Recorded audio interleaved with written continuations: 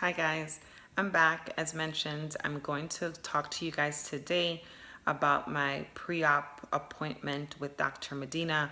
For any of you guys who are new to my channel, I had plastic surgery in DR.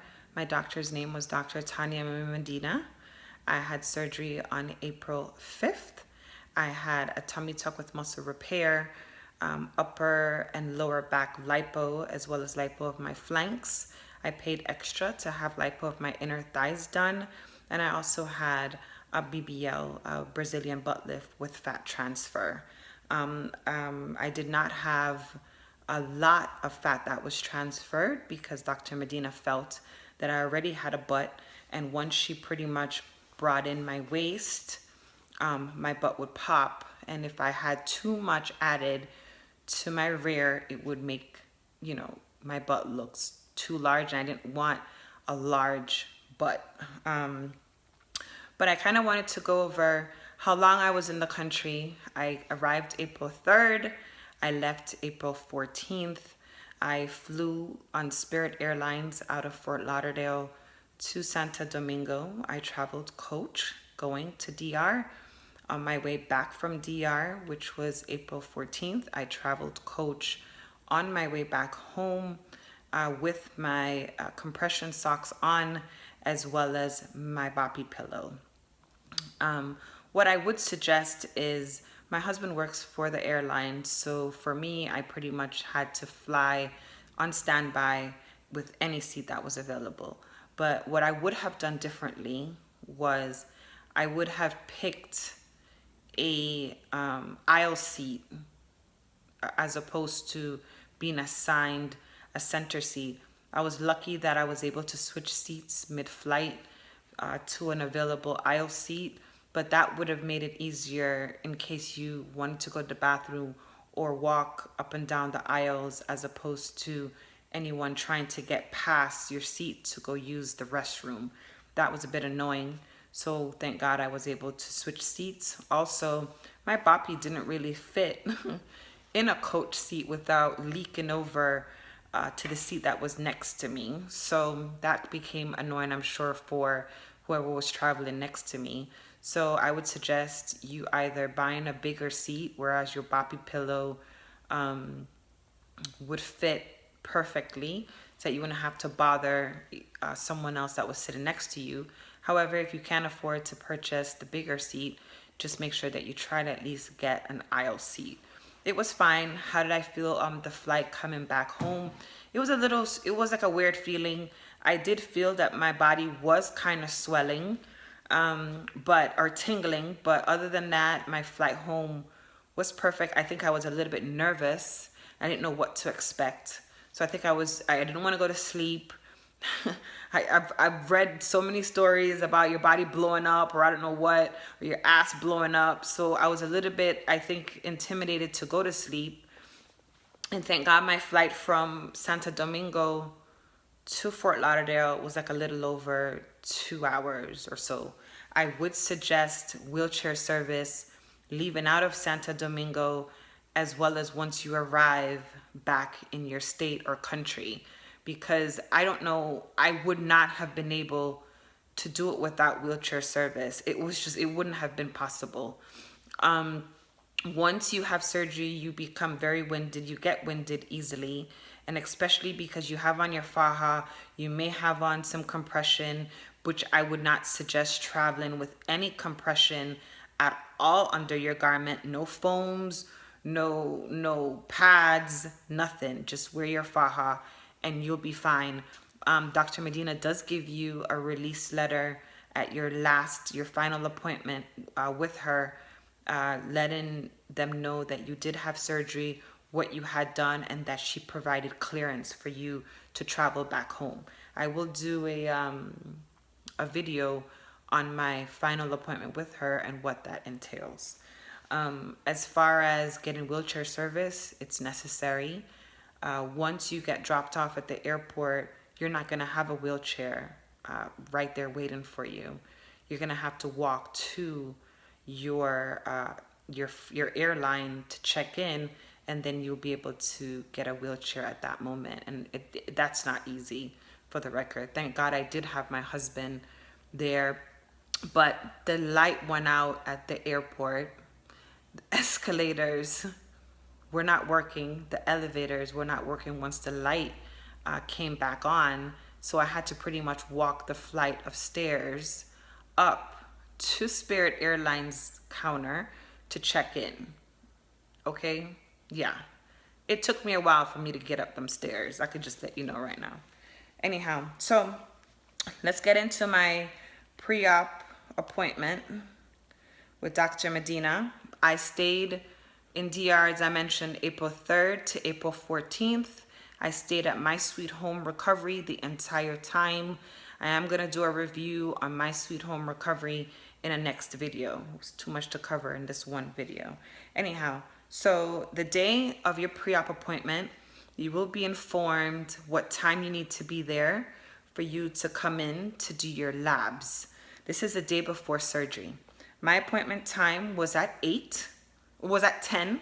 So I woke up on that day at 8. I was very excited. I was very nervous. I didn't know what to expect. The recovery house provides breakfast every single morning between 8 to 9:30. And they're very, very knowledgeable. They know that when you go to this appointment, you may be there for a long period of time, which I was. I do believe I arrived back home after this appointment. I think it was at like 4 o'clock in the day. So we were there for a long time because of all the things that you had to cover. Anyhow, the driver came to pick us up at about 9:30. We arrived at Dr. Medina's office, which is Sisalip, which is a very nice building. It's very modern.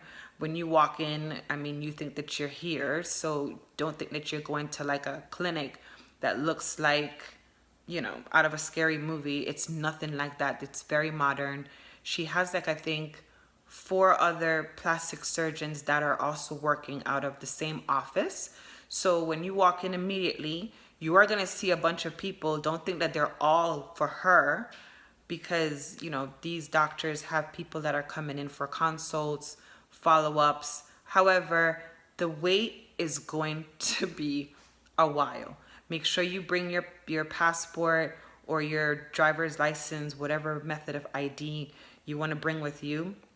And of course, your money for you to pay her. This is where you pay her for her services, for the transportation, for the recovery house, whatever is in your package. This is where you do your money drop. So make sure whenever you leave the recovery house that morning, you have your money with you and you have it, you know, safely somewhere. I was glad to get rid of that, by the way. So we got to her office. I was greeted very well by her staff. She has, I think, 3 doctors that works with her. So they were very, very, very friendly. So they handed me a paperwork to fill out. The paperwork is like this thick. Not kidding you. Make sure you have a pen, even though she gave me a pen. But it's pretty much consent forms all around. Just like when you go to the doctor here and you have to fill out a whole bunch of medical history, that's what it is. The forms are going to be there's going to be an English set first for you to fill out your emergency contact, you know, where you live, your home, your address, your phone number, your email address. And then it's also going to be the same packet in Spanish. This is a copy that they need for their country as well. But it's pretty much the same thing. You are going to sign your life away. You are having plastic surgery. We know what we're up against. Once the paperwork was completed, I was instructed to go to give blood. They're going to tell you you're going to have to go and give blood. The people in the labs know English, but don't worry about it. They know what they're doing. You're going to sit in a chair. They're going to bring out a huge ass needle. It's going to look a little bit dated, but the best part about that is they're going to draw your blood, and they're going to draw your blood only once. And what they're going to do is they're going to distribute the blood in different vials. So you only have to draw your blood once. You are going to be given a form, an HIV request form for you to sign off. You have to sign off stating that you are giving them authority to have you tested for HIV. Everyone gets that. Then you provide a urine sample. Once that's completed, I saw Dr. Medina's assistant, and I went over what I wanted to get done. She immediately told me that arms bleed out a lot. What I wanted to get done was tummy tuck, lipo, inner thighs, arms, and a BBL. She told me arms bleed out a lot and she would not recommend it. So I said, okay, well, seeing that Dr. Medina is working the bottom half of my body, I chose to have my inner thighs done, which was $300 extra.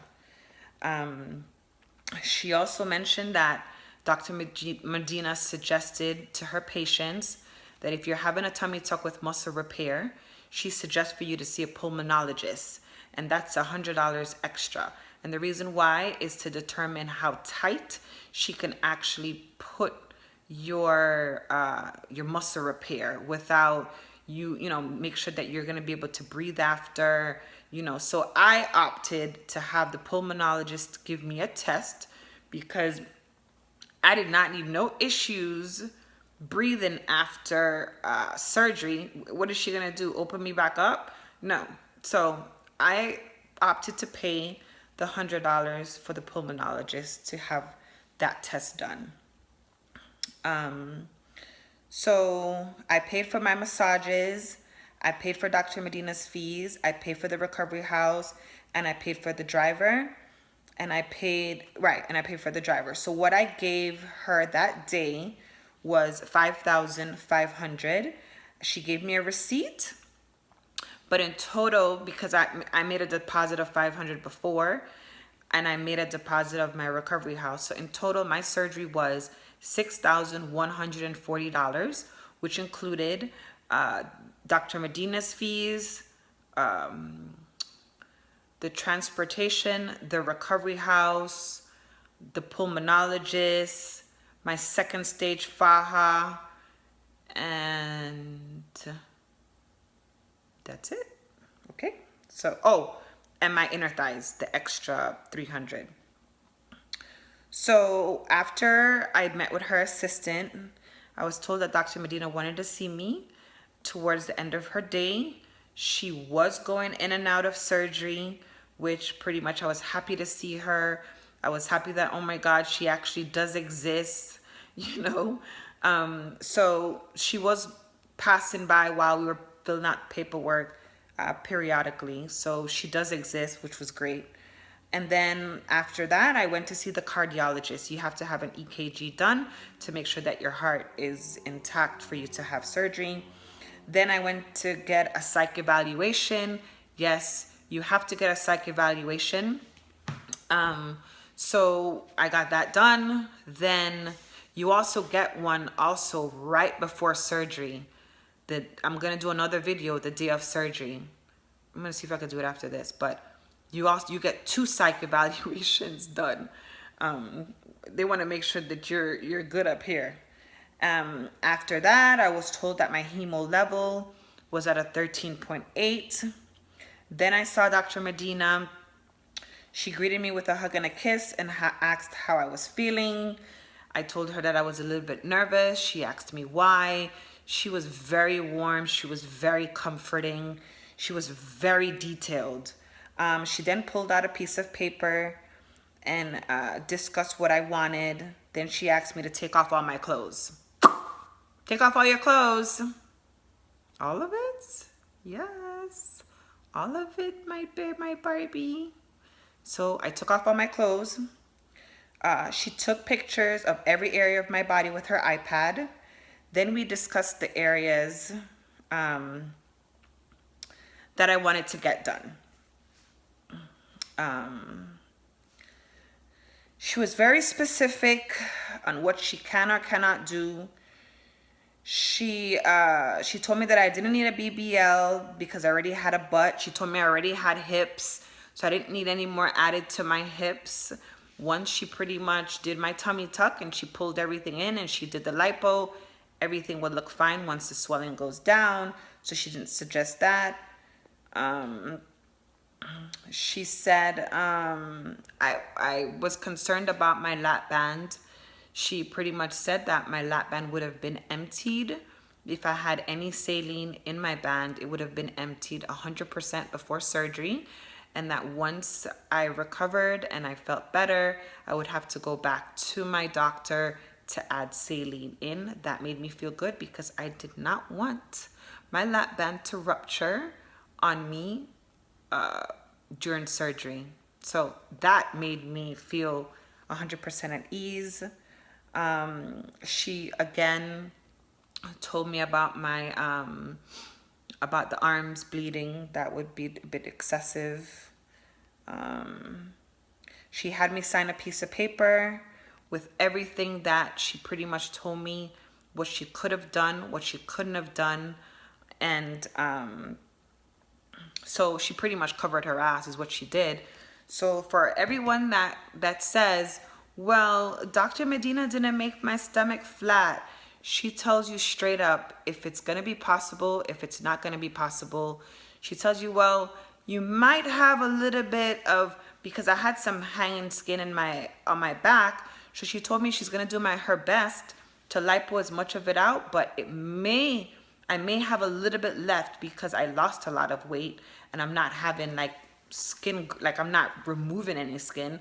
I'm trying to get it done by the way of lipo. She did tell me I may have some left, if not, but she did actually write it on a piece of paper indicating that I may still have some back hanging skin left or I may not.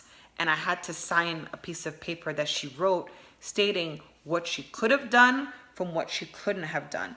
That is when I determined that having a wish pick and looking at all these girls on Instagram, that when I got in front of her, she was just like, no, this is what I could do for you. This is what I cannot do for you. And she does not care whether or not you try to convince her or not. And I'm going to explain why I feel that way. I have a surgery buddy that I met in DR. She came to DR in January to get a tummy tuck done with a BBL and lipo. Her hemo level was not sufficient. And Dr. Medina was like, nope, I'm sorry, I'm not working on you. You need to get your hemo up. She left the following day. She came back while we were there to have the work done. Her hemo was not sufficient. Again, it was sufficient enough for her to only get a tummy tuck done. And Dr. Medina told her, this is all I could do for you is a tummy tuck. She actually wanted to get more done, which I could completely understand. Like, you're traveling all the way from wherever she was coming from, and she pretty much wanted to get it done at that moment. And Dr. Medina refused to do it.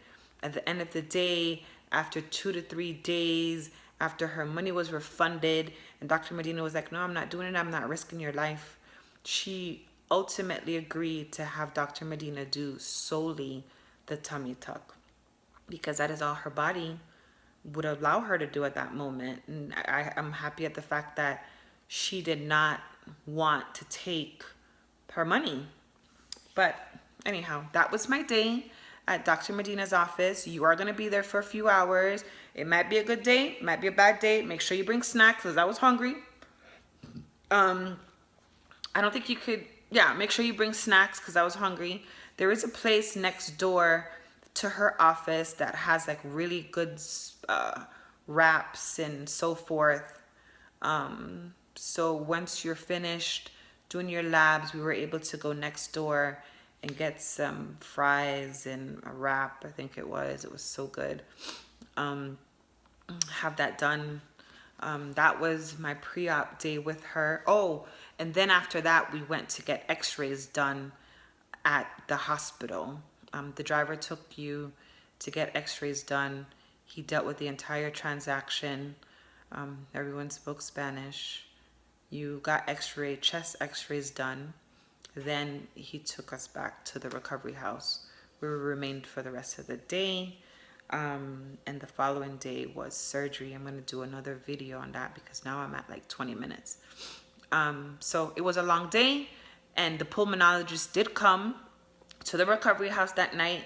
He did actually run several breathalyzer tests, which were difficult, and he spoke Spanish.